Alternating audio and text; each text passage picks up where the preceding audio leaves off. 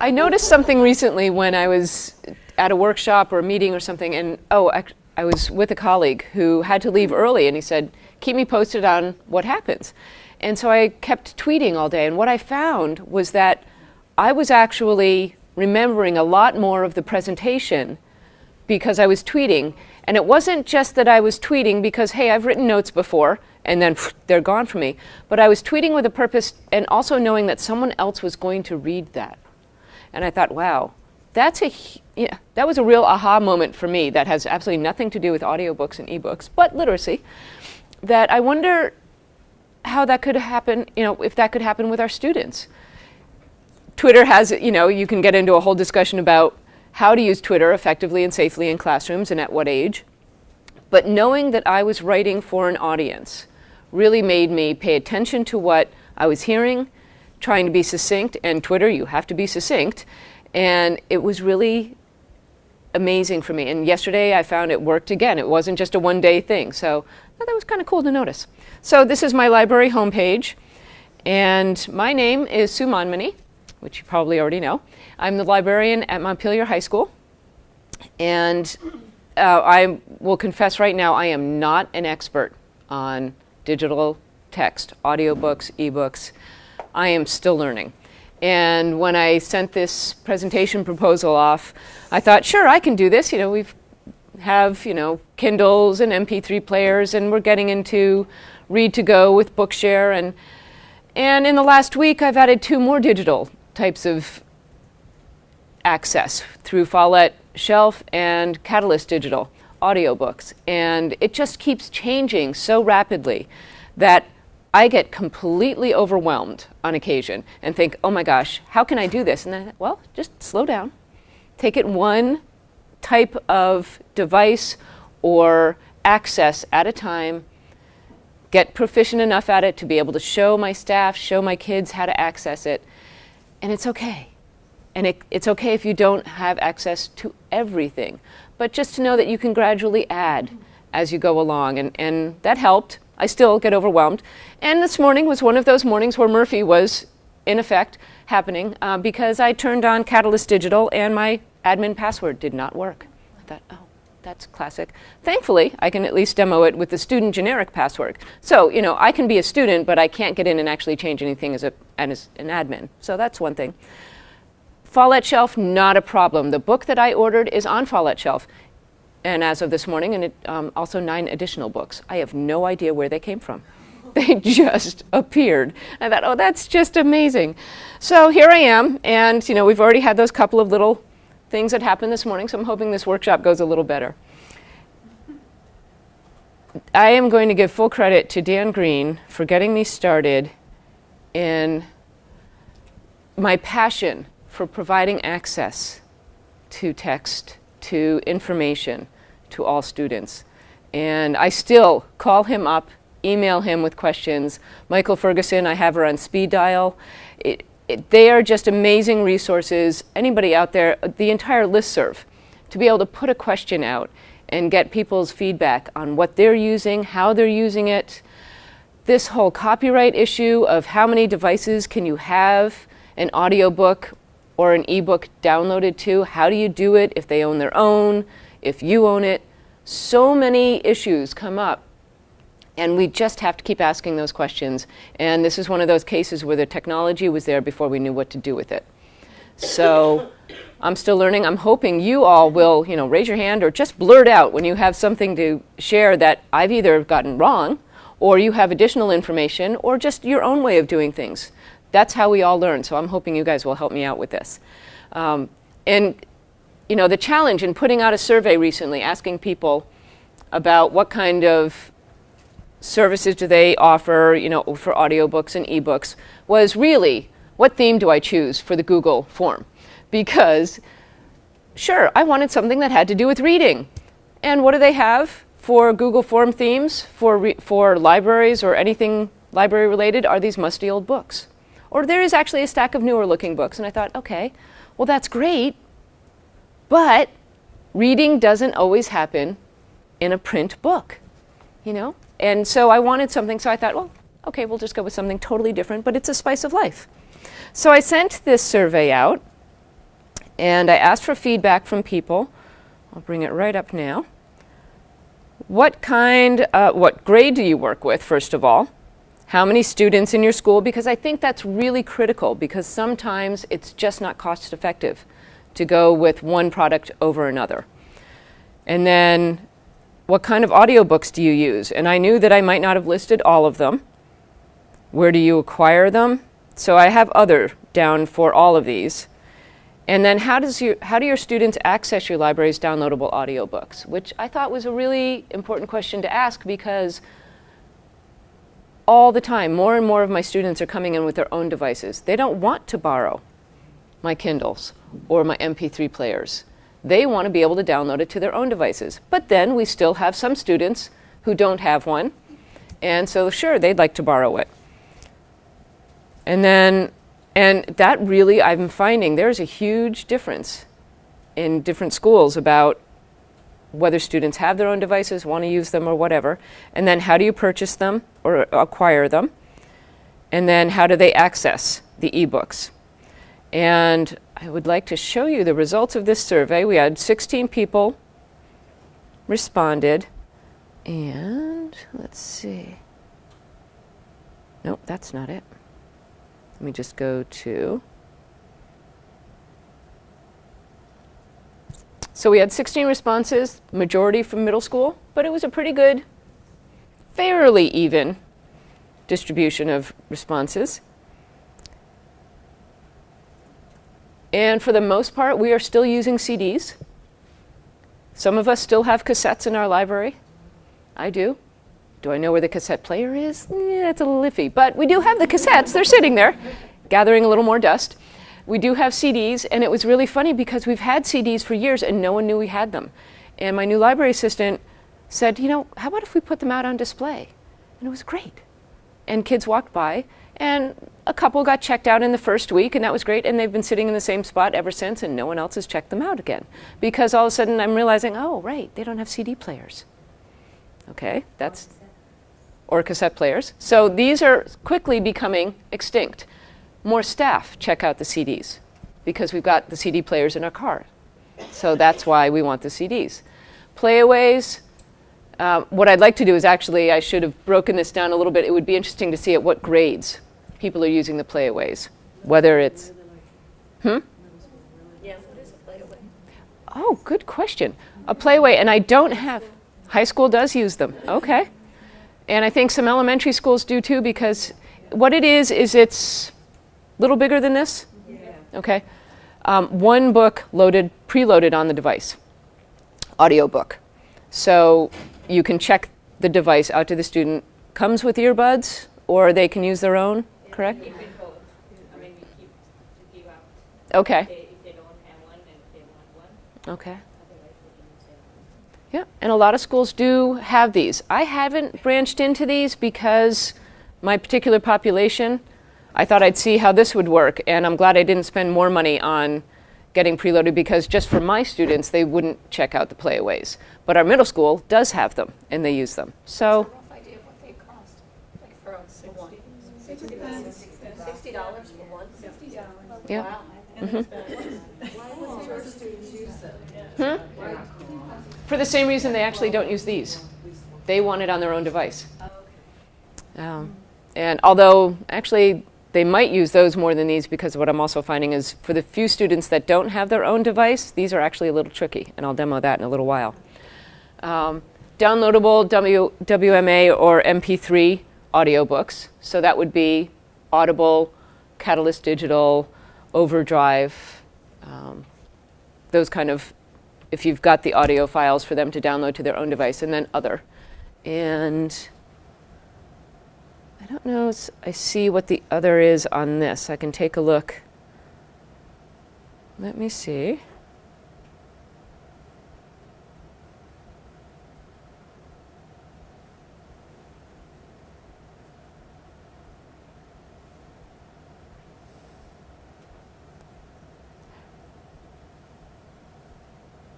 Well, oh, and well, I think they're not really sure what the other was for some of these. I think Overdrive, I don't know if I listed Listen Up Vermont or not, but that is with Overdrive, I believe.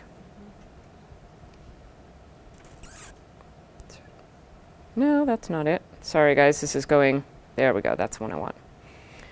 Next question was, where do you acquire them?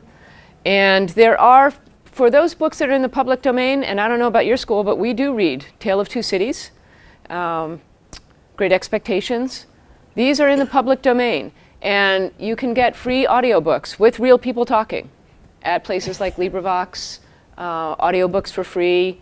This one I've never used, Verkaru. I don't know if I'm even saying that right. These are similar.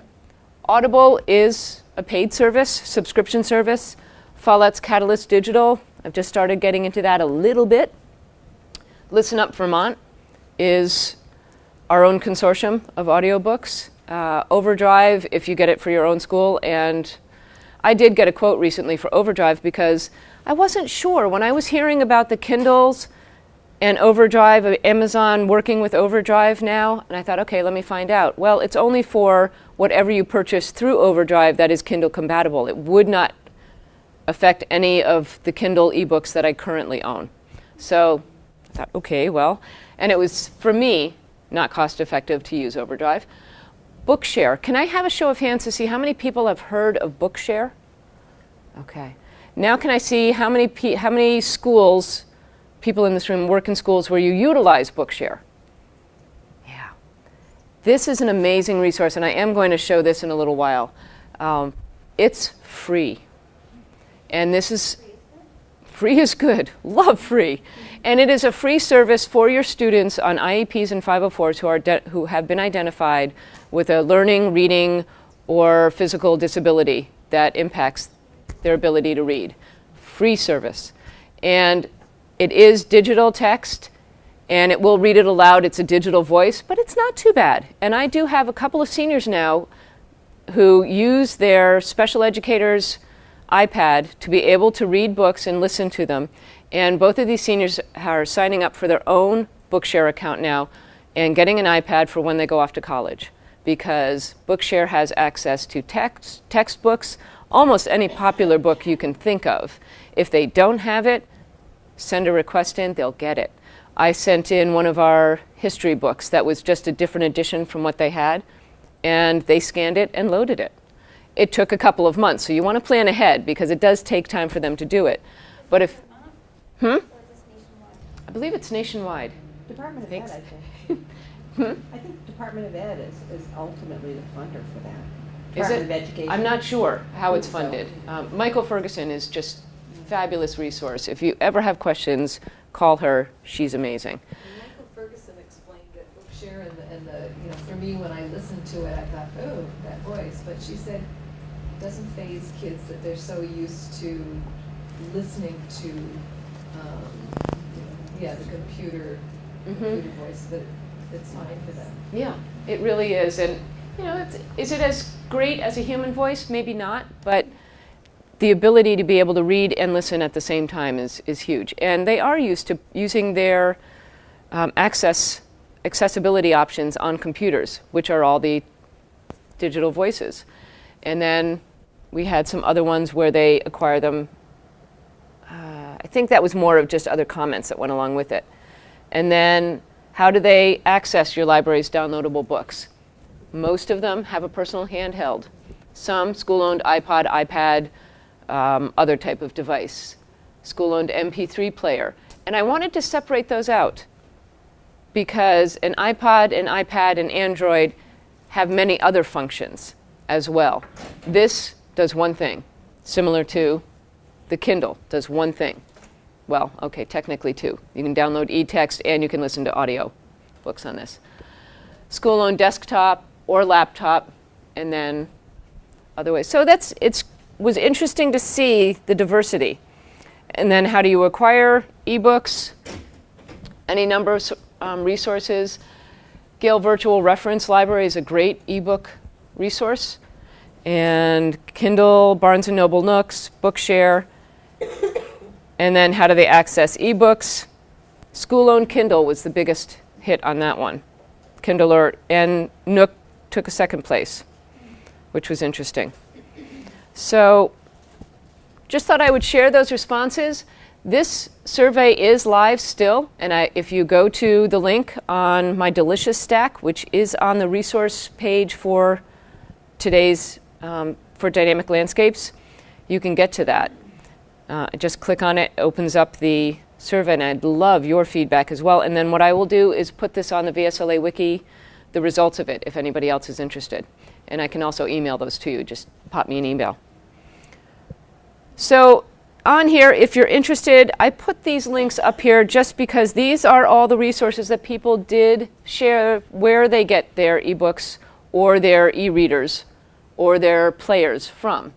So Amazon, Audiobooks for free, Nook Books, and I'm going to demo a few of them here. More free audiobooks. Follett Catalyst Digital is fairly new. How many people use Catalyst Digital here? Anybody? All right, I'm going to demo it. I'm going to actually compare the same audiobook that we have on our catalog, on Catalyst Digital, and also through Listen Up Vermont, just to show a couple of differences in how to access that. And then, in case anyone is interested, oh, I thought I brought it. It might be in my bag somewhere.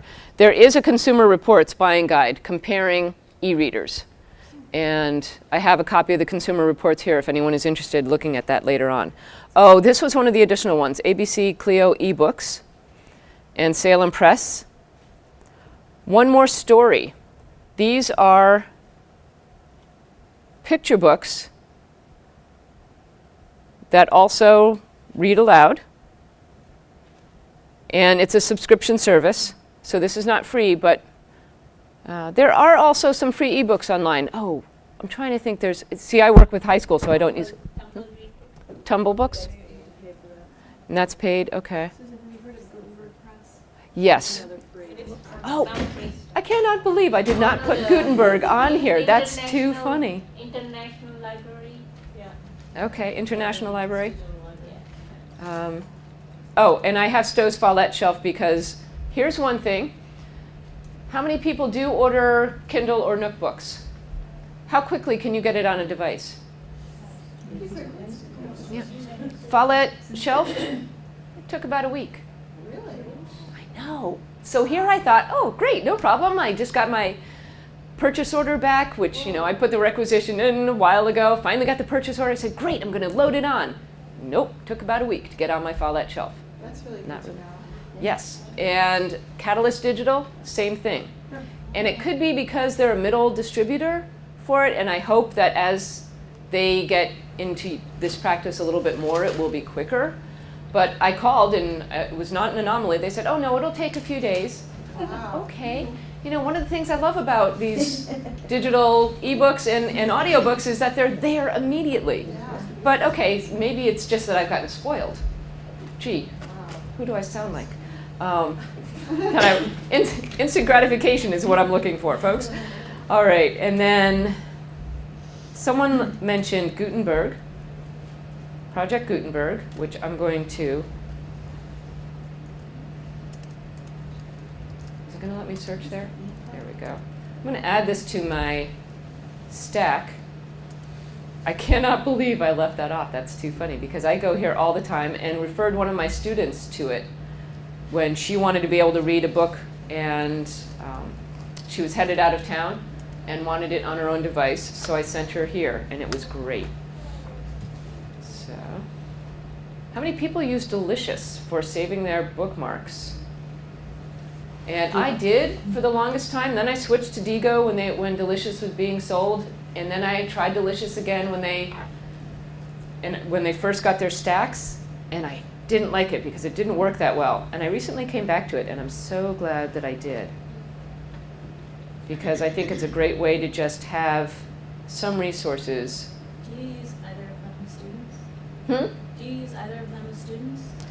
I did when I was in the middle school. I actually really liked Delicious because I would have the kids save their bookmarks there, and in the description, which is text box right in the middle there, I would have them tell me why that was an okay resource to use. How current is it? Who's the publisher? You know, why is that an authentic resource or a valid resource. And I thought that was really good because it really made them stop and think.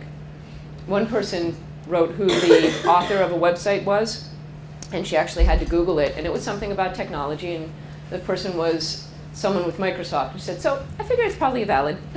Oh, I'm glad you did your research on that. But she took that step farther.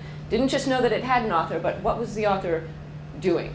And I really like that. ReadToGo I've used with a couple of classes, and I like the fact that you can do highlighting and comments, shared comments with ReadToGo. So I use them differently. How do you use them? Do you use them? I started using ReadToGo with 5th and 6th graders. Did you?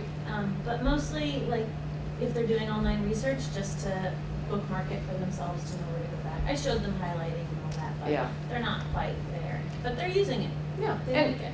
it's practice, like Yeah. anything. So, okay, now I'm going to get into showing a few devices here. Or some of the online access. I have Catalyst Digital, which I went ahead and logged in. Let me back up just a little bit to show you where I can get to this. I'm hoping that I can have it accessible through my online catalog, and that hasn't worked just yet. Does anybody else? The Fallout Shelf books. It's They are Catalyst. access- Fallout Shelf I can get. Right, from the Mark Records. Right. But I haven't, we don't even have The Catalyst Digital, I could not get that access. And I also, on my website, if you're interested, I do have a PDF of our financial responsibility form that I do have students and their parents read and sign prior to checking out any equipment.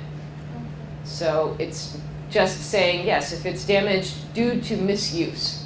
I mean, I know that stuff happens and things get worn out. But if they totally trash it or lose it, then they've agreed to pay for it.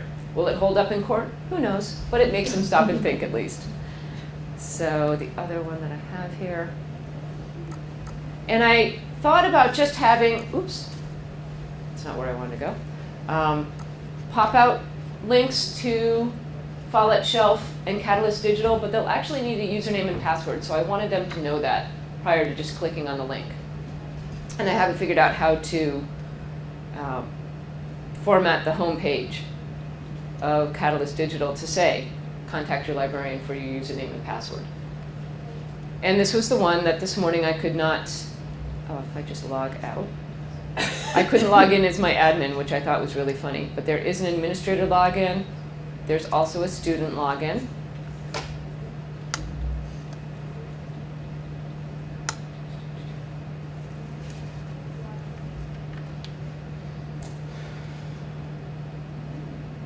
And here we are, Cry the Beloved Country. Runtime is 10 hours, 48 minutes. And, let's see, listen.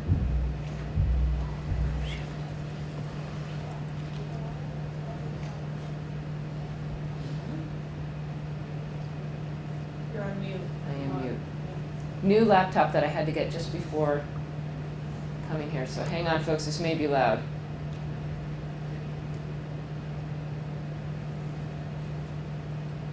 Come on. It worked earlier.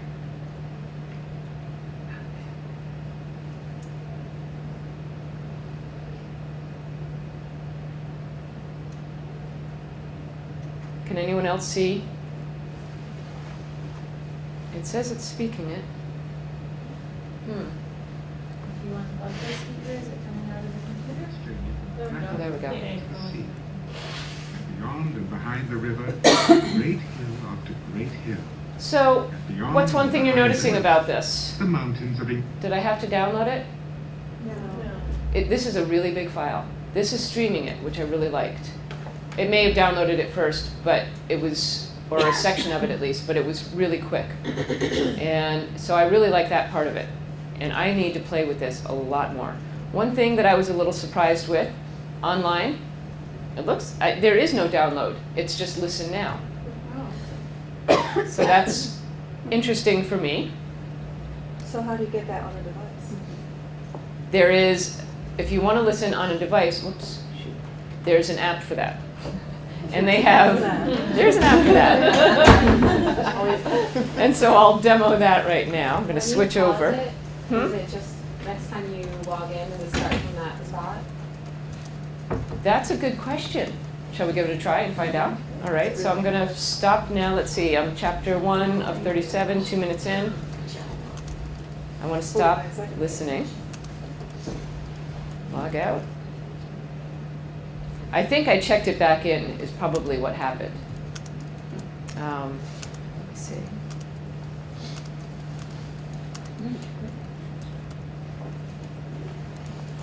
I don't necessarily want to, uh-oh, that can't be good.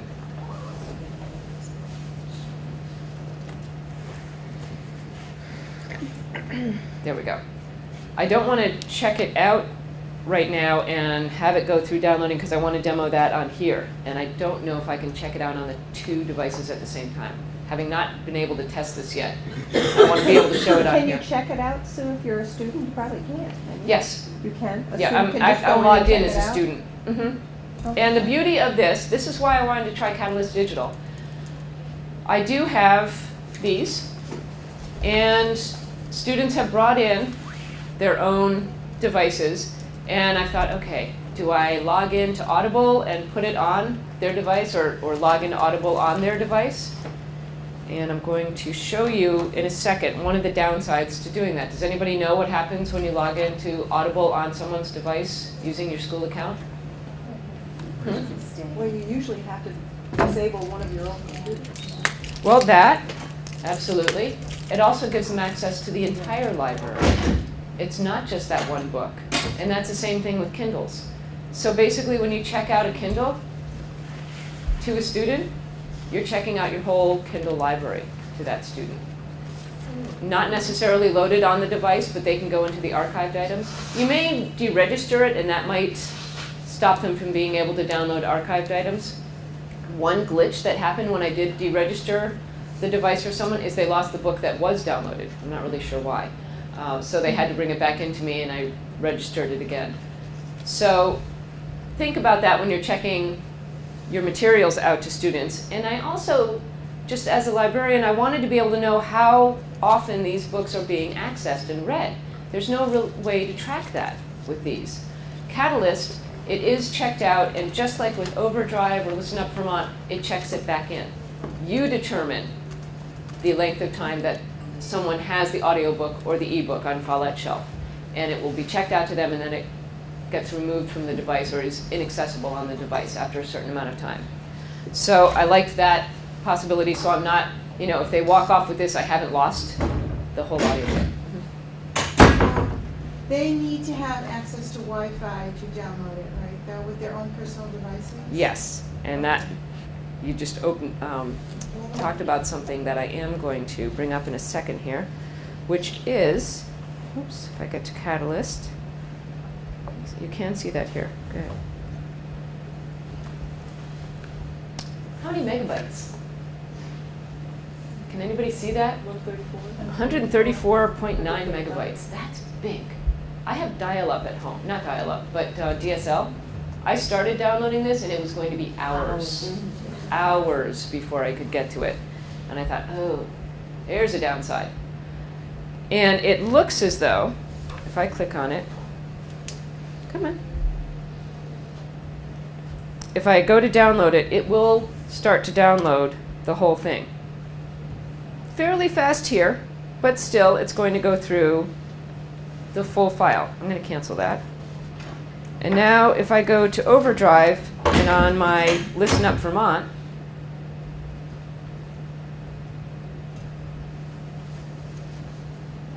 oh, hang on.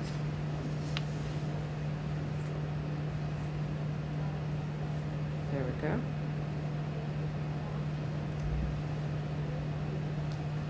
And search.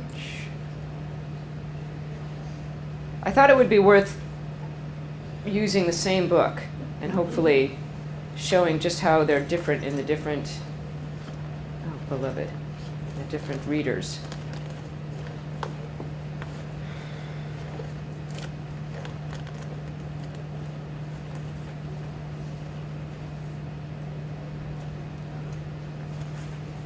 Now, my school does not subscribe to Listen Up Vermont because all of our students have accounts at the Kellogg Hubbard Library.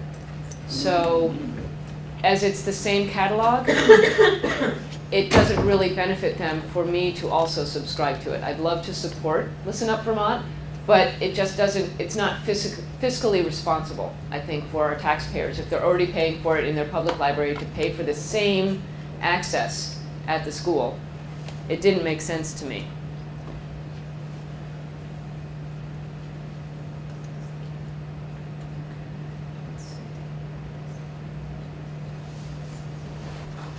All you need is your library number, library card number. And this made me actually go and find my library card, which I haven't used in many ages because they know me there, so they just type my name in. But the other reason why I also want to promote this to my students is if they can get these books through the Kellogg Hubbard Library, what's that doing for them? Do you know? Making it accessible when they leave school, and making It does, and it forming gets them that to the habit. public library. You know, sometimes they just don't go there anymore, and any reason I can get to have them interact with the public library as well, I love it. That's the former RIF coordinator of me talking there. All right, that didn't work. Let's try that one more time.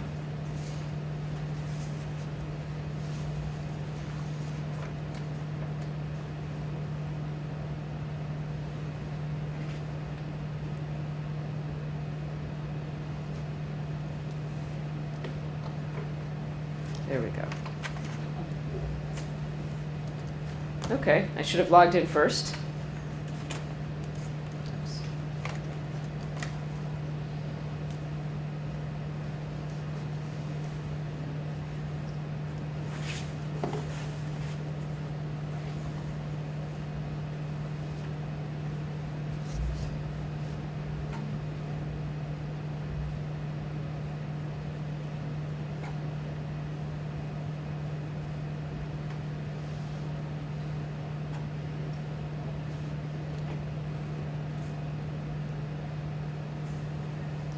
Let's see here.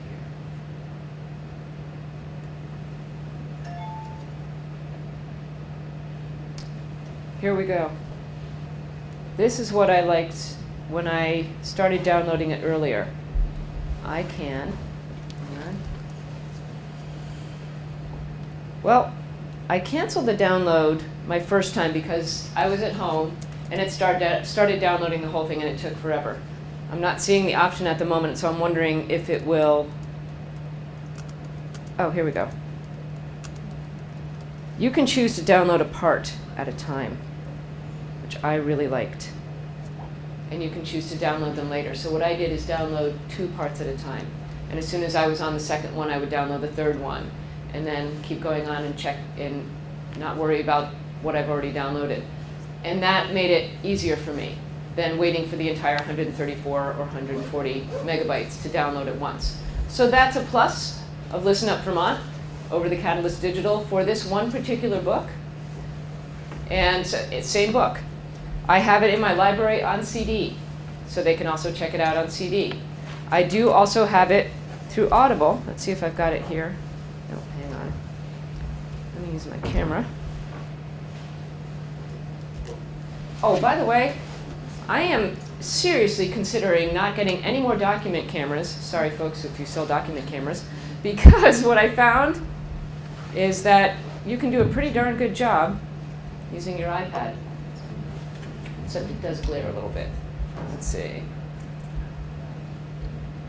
I know people who are looking into using old overhead projectors as stands for their iPads. Use those document cameras. Little repurposing. Yeah, and I tried to actually, be a little more sophisticated than Yeah, but I'm yes. just thinking, like, if I'm in an emergency. well, and I've seen a video where they use this, oh, what do they call it? The stands in science classes with the clip. Yeah. And creating a stand Yeah. that will do just this and hold it a lot better. I'm sorry, you're probably getting really dizzy watching this. But here again is, I've logged into my school's Audible account, which gives me access to every Audible book I've purchased. Do I want to do that for a kid and have all of my Audible books potentially checked out on one device and then have them not accessible to others?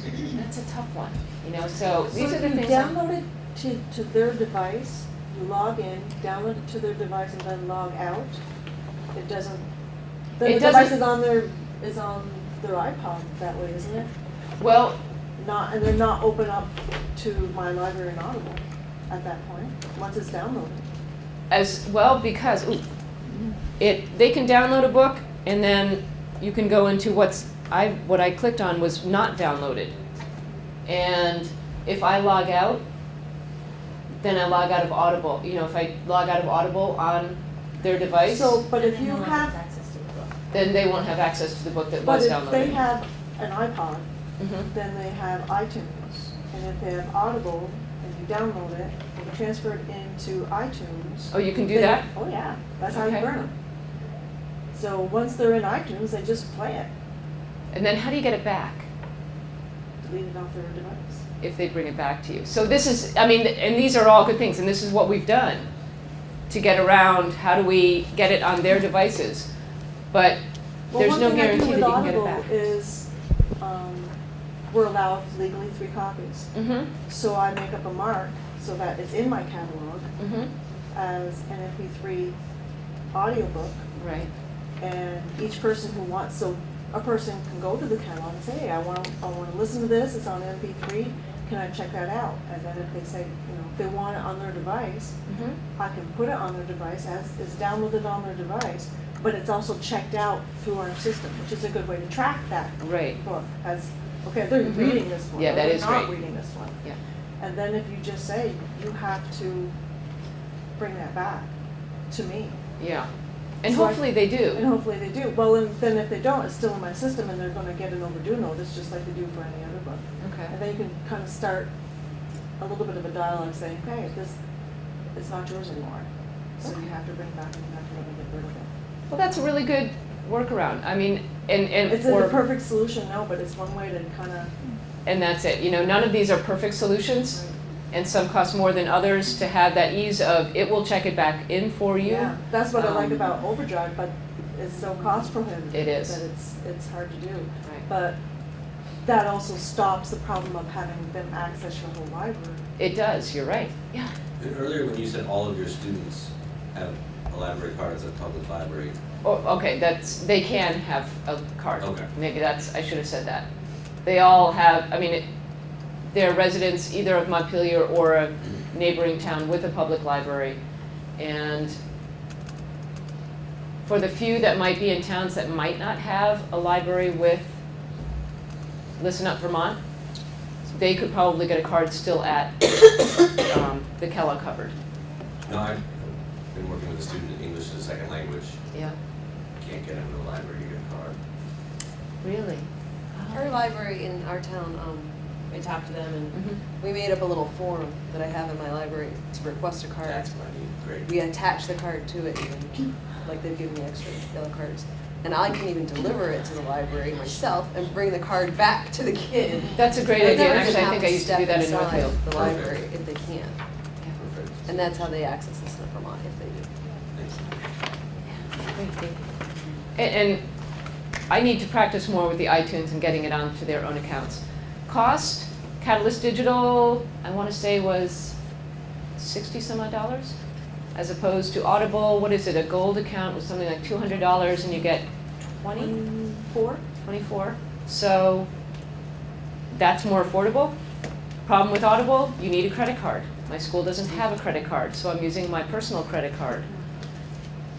You know, you weigh all of these things back and forth. At least with Catalyst Digital, I can do it through Follett, and they'll take my purchase orders. Ideal? Because of cost? No. But it's all of these things of what do you do if you've got to use your own personal credit card, which is what I used to have to do with Amazon, and we now have a corporate account. So, Can you, Sue, how much did you say it was with Catalyst? I want to say it was roughly 60. For what? Now, what do you get for 6? Cry the Beloved Country, one book. Oh, for One one audiobook. book. Okay, so it's like buying a playaway. I mean, Probably. essentially, and they're There we go. they are the only distributors to schools for playaways, by the Right. way. Mhm. Because if you try to order a playaway on Ingram, sorry. Yeah. Yep. And then here, I don't actually have Cry the Beloved Country, but I will demo. This is a Sansa MP3 that I've used to download some of our Audible content onto. And this is why the kids aren't really thrilled with it. I turned it on, and you have to press on this little button to get to the music. Let me zoom in a little bit here.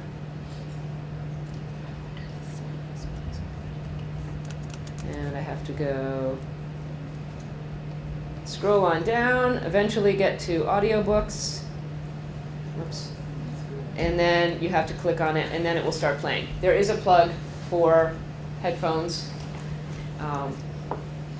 or earbuds. And you But- students find that hard? Not hard, but is it as easy as touching a button? Well, actually, I will say yes. For some of our students with the highest need, that's tricky. So what I do is I turn it on when I give it to them and put it, I said, what do you want to read? Put it right on let them read and say, okay. When you shut it off, it's going to turn right back on to where you left it. And I And haven't it's- had any problem. Well, I don't know. I mean, one of our kids had a lot of trouble with it and wanted to be able to rewind it. It's not as easy to rewind. It's incredibly easy. to Well, for rewind. her, she had it. Yes, but for one of my students, and a couple of them actually, it was too many steps. It was too tricky. They couldn't remember how to get back to it.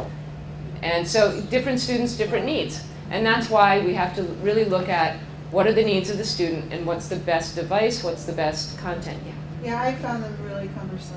They have Yeah. not worked well in my library at all. Mm-hmm. You know, the iPads, the iPod, downloadable, so much easier than those. Yeah. And their own devices. Mhm. But yeah, we had just. I know, isn't it funny? I It's mean, amazing. Yeah. I This is really circulate, pain in the we have MP3 players that circulate too. Yeah. And we haven't had any problem with them. We have had no problem. We've actually had a surge of kids using them just by our new librarian put up a notebook saying, okay, these are the MP3s we have, putting a picture, putting a thing, and come see us. This is what it's on, and most of them are gone all the time. That's they really great. like taking the book and the headphones and off they go. That's super. And I've asked all of them, said, did you have any problems? You know, oh no, I know how to do this. Oh, That's great. it is. Guess we're lucky. Well, and that's why, I mean, it really does, we didn't have all the responses be the same on the survey. Because every school, every district, every community, it's a different makeup. And each kid is very different. So the last one, let's see, where are we time-wise? We've got about 20 more minutes. I do have Kindles here. This won't work as well because I noticed it was a glare earlier. But again, for those of you who might not have Kindles, this is an older version. It's not a touch. We are going to get a couple of touch or a few touch Kindles for one of our classes. This one, I finally did get my administration's attention when I said, okay, so the Kindle books, originally I was buying them using my own credit card. And I said, okay, if I'm in an accident tomorrow, guess what? You've lost all of those. Because they're on my credit card, I own them. And that was a real wake-up call to them. Oh, wow, okay. We need to think of some other way to do this. How did you do it? We do have a district account. Okay, and while I say we don't have a credit card for Audible, one person in our district used their credit card just to put on the district Amazon account. Now, again, if that person leaves, there goes that credit card. So we really, that's a discussion we need to have in our district again of, guess what, we're in the same situation. We need a district credit card. You can I purchase. agree, the district credit card is, coming, up and coming, it's Mhm. happening, but the other thing that I just kind of did is my book fair money. I went and got a cash of $50 and got an Amazon gift card and bought it through the gift card account, set up an account that way, so it kind of worked around, it's not ideal, Mhm. but it was a $50 cash Yeah. as opposed to putting my credit card on there. Mhm. And I just keep replacing $50 cash and then download the books. And as you said, you know, you put a Kindle app on your iPad and then they can have them all on the iPads as well. So. Right. The downside to the gift cards we found, because we were using gift cards for iPads and iPods for some of our special educators, and yeah, sure enough, there was some music purchased with that gift card that wasn't used for students. So how do you ensure what's being purchased once you give the person the gift card? They told me you can put a stop on your gift card. They told me you can put a stop on your gift card. Right, and what was happening is they weren't tracking the purchases of any gift cards. And that's another issue. I mean, we have to think about... So many pieces. Right, so many pieces. How does the bookkeeping department track the purchases of all the different gift cards? So that's why we did go with getting a corporate account. And that way, I get an email, they get an email. There's so much accountability at this point as to what's purchased. So that's worked better for us. Yeah. Barnes & Noble recently, actually one of our English teachers really wanted to get Nooks just to have a little variety. And she called Barnes & Noble, and yes, they do take purchase orders for eBooks. You still need a credit card to back up. You have to have a credit card assigned to every device. So that was the tricky part. Okay, you don't need a credit card to purchase, you don't need a gift card to purchase, but you still need to have a credit card somehow assigned to every device. So I said, I'm sorry, I'd love to have a little variety here and let you do this because it's great that they'll buy them with purchase orders, but we don't have another credit card. I don't want to keep using the same person's credit card on all these different accounts. So before we go, I do want to demo ReadToGo. Does anybody have any questions while I'm, yeah. Well, it sounds like you test driven a lot of things. What do you personally think is the best setup for audiobooks, and what, in your personal opinion? For audio, given all the pluses and minuses, for audiobooks and for ebooks. If they can come faster, at this point, I'm leaning toward Catalyst Digital and Follett Shelf.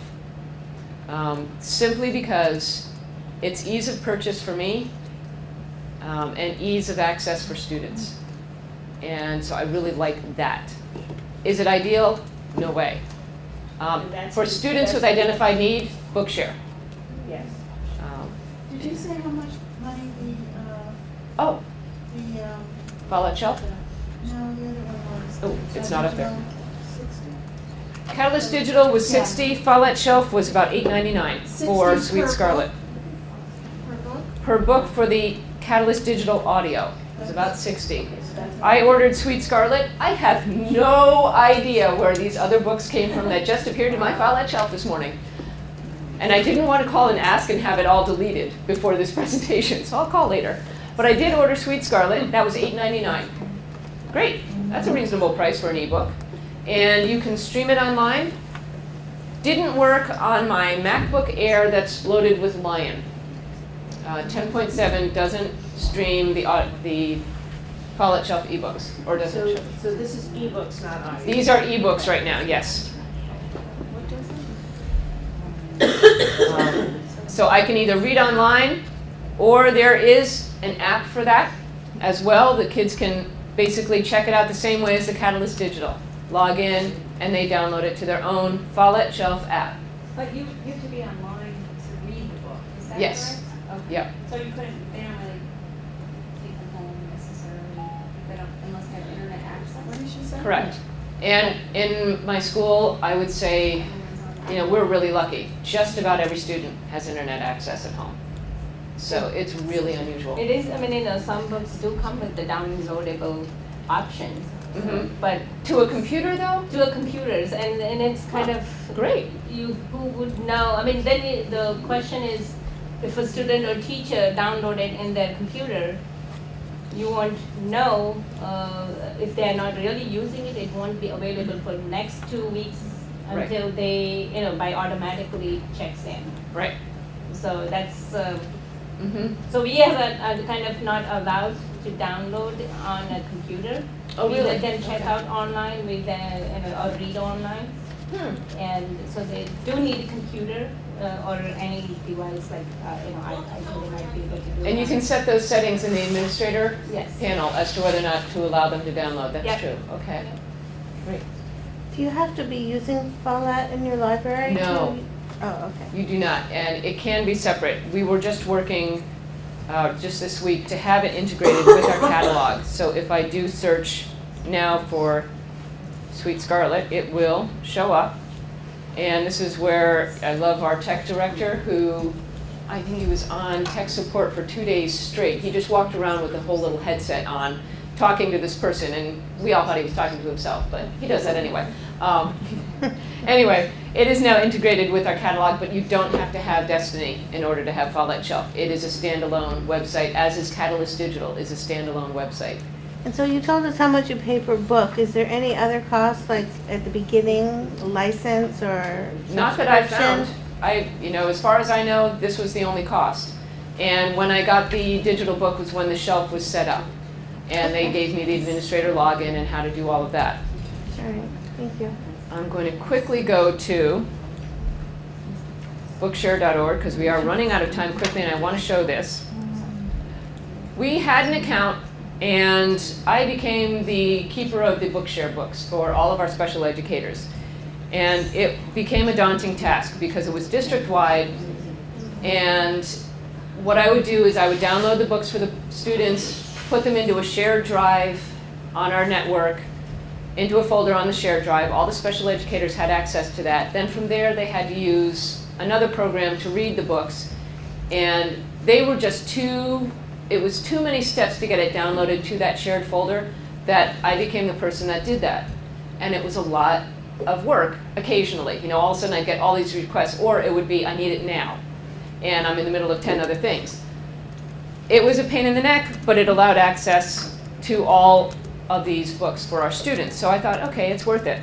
Bookshare ReadToGo was a game changer for us. And with this, I'll just show you very quickly, we do have an organization. We upload our students as not with their names, but using their ID numbers in our school system. These numbers are not used anywhere else other than on our school system in here. So there's no way to identify them. Sponsors are the special educators and me, and we can download for our students. So, and the other 2 librarians in our district can do that as well.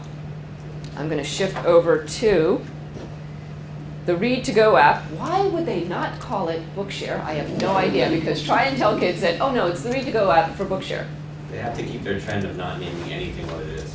Probably, probably. Couldn't be students, had to be numbers. Yes. Yeah. So here is ReadToGo, and I want to plug in the sound as well.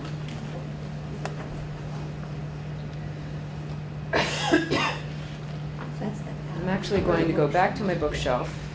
I searched for a book. Let me search for another one here. How about Eclipse? Am I spelling that right?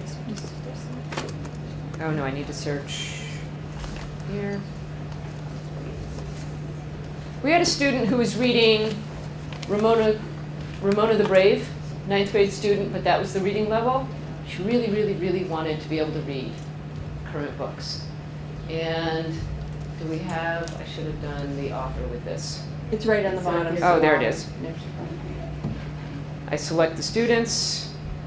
I'm going to choose this one. This is how quick it is. I logged in as me.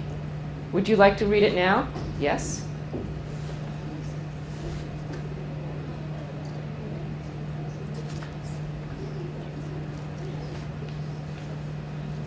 Specific reading. This notice tells you about restriction. If I go to, I can go to the table of Navigation, contents. fire and ice. So you Fire can and ice. Some say the world will end in fire. Some say in ice. Love the fact that it highlights a sentence and a word at a time. And I said, this was a game changer. Now our special educators, anybody, our students can get their own accounts, download it to their own device. It works better on an iPad than an iPod, possibly because our iPods at school are older generation, so they don't have as much memory, but it's also a really small screen. The iPad makes it so much easier. I don't know if there's an Android app, does anybody know? But I think they're probably coming out with it soon. This was huge. I have to echo that. I spent a year trying to get special educators to download books, and when you explained this 20 steps, they would freak out. They don't have the time. And then they had iPads, and I put the ReadToGo app on it. 2 months later, they said, we need another one. The kids are coming in, they're reading the books. They also like that no one can see what they're doing. It's more book-like, and they're not on a computer where everyone can see them reading it, and they come in and they bookmark stuff. They walk out of their English class and come into the supported studies and say, I'm supposed to be reading now, and I have the iPad for Bookshare. Yeah, I have a student, a couple of them, sitting in the library reading their book, because this is cool. We've now made accessibility cool, which is awesome. Love that. So that's pretty much my presentation for today. Any questions? Thank you, everybody. And I loved this dialogue of how to get the, the pros and cons of the different devices, and it really is about the kids. I don't know if that ReadToGo app is